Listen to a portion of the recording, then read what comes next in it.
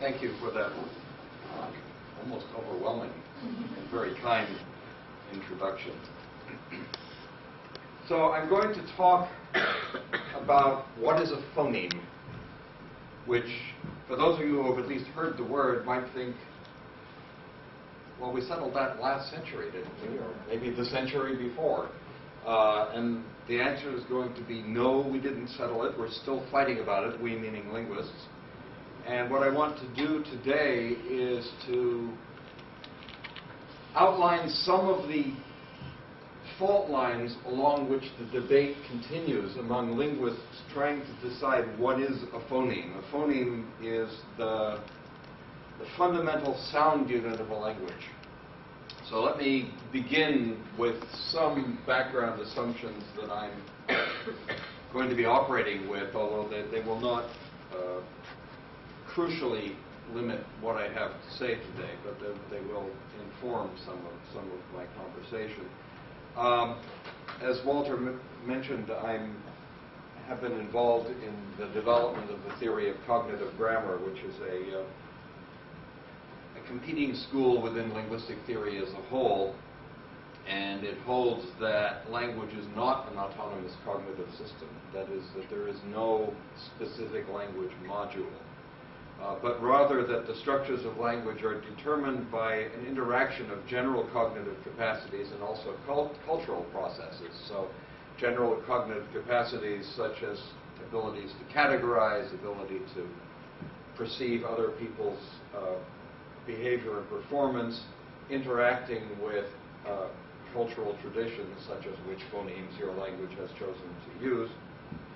I'm also going to assume that general principles of categorization, that is how we put things into baskets as we perceive and interact with the world, that those principles of categorization apply to linguistic categories as well.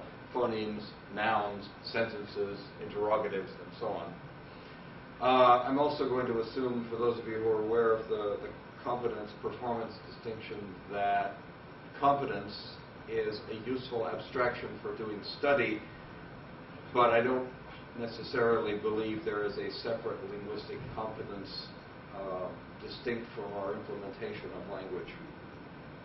I'm also going to assume that our interaction with the world, particularly our senses, give us roughly correct information about the stuff in the world. I think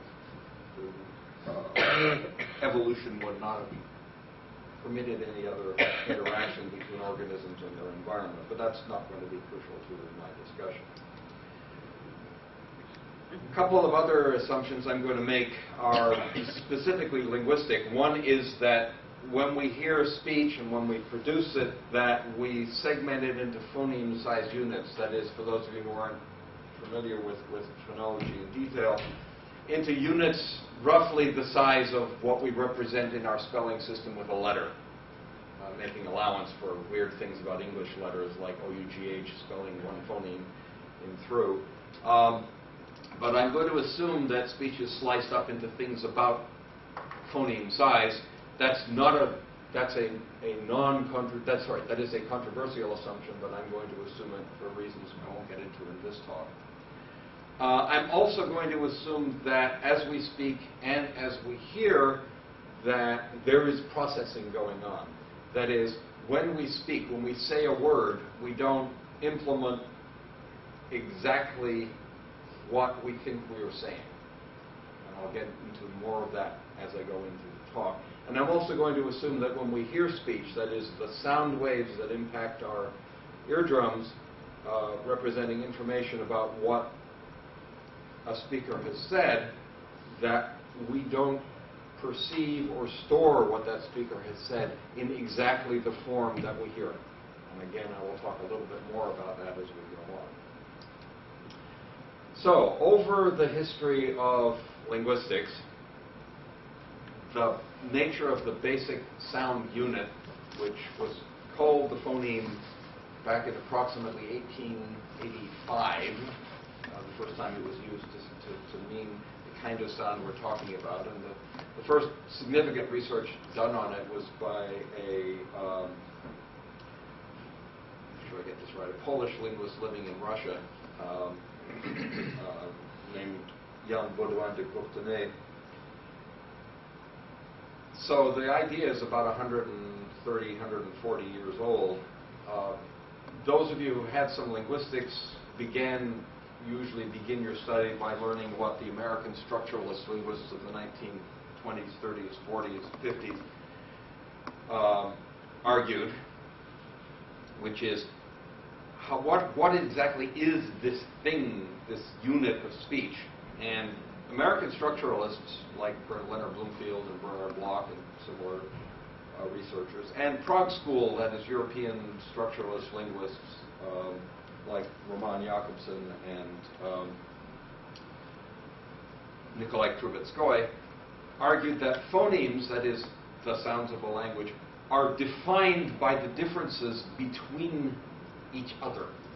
That is to say, if your language has a P and a B and a K, and a B and a D and a G, then a P is defined as it has labial characteristics, it has voiceless characteristics, and it has stop characteristics. And we can prove each of those characteristics by saying, well, a P is distinct from a B because we have pat and bat, and therefore we know that it's labial as opposed to, we know that it's voiceless as opposed to voice, but all we know are the features that it contrasts with other features. We don't know anything more about it. That's what not all we know. What we store are simply the matter of the differences among the sounds. And in fact, some linguists have even said that phonemes are simply a list of the differences among sounds. And so within the Prague School, they had this concept of the archiphoneme, so that in a word, say like stop, where you have what is spelled with the T, you cannot contrast that T with the D. That is, although there is a word stop, there is no word zdop, and therefore you can't prove that it's voiceless because there's no voiced alternative against which you can test it. And therefore you don't know that it's voiceless because there is no contrasting element.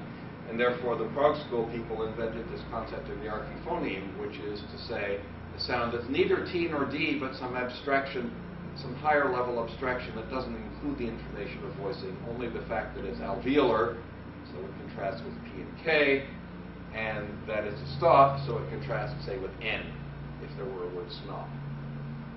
Okay, so that was the American structuralist and Prague School view of what a phoneme was, which is that it was a purely contrastive unit, and in its only essential characteristics were what it was not.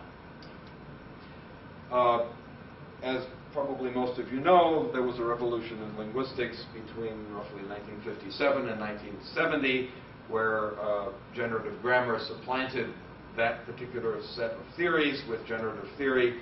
Generative linguists have not converged on a solution to what is a phoneme, and all possible solutions have been proposed. So, for example, if you read the Sound Pattern of English, which was the magnum opus of the beginning of what we now call generative phonology, they argue that phonemes are a list of all of the features that define a sound. Except right at the end of the book in chapter 9 where they said, oh no, maybe not. Maybe it's just the marked features, which is a little bit like the contrasting features, only not exactly, but kind of like that. And since then, others have tried to remove as many of the features from the definition of a phoneme as possible, to the point where there was a proposal, fairly popular, continues to be, in generative phonology. It came out in the late 80s, called radical underspecification, where it was argued that you can throw away almost all the features for any given sound, so that, for example, in English, the only feature you would need to define for the T phoneme would be a stop. Because T is the default stop.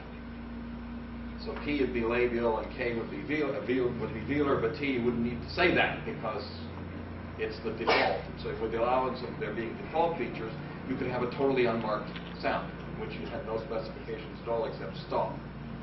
And this allows you to do certain cute things with pieces of the phonology. Not for some language you can make hay out of the fact that T is a default stop.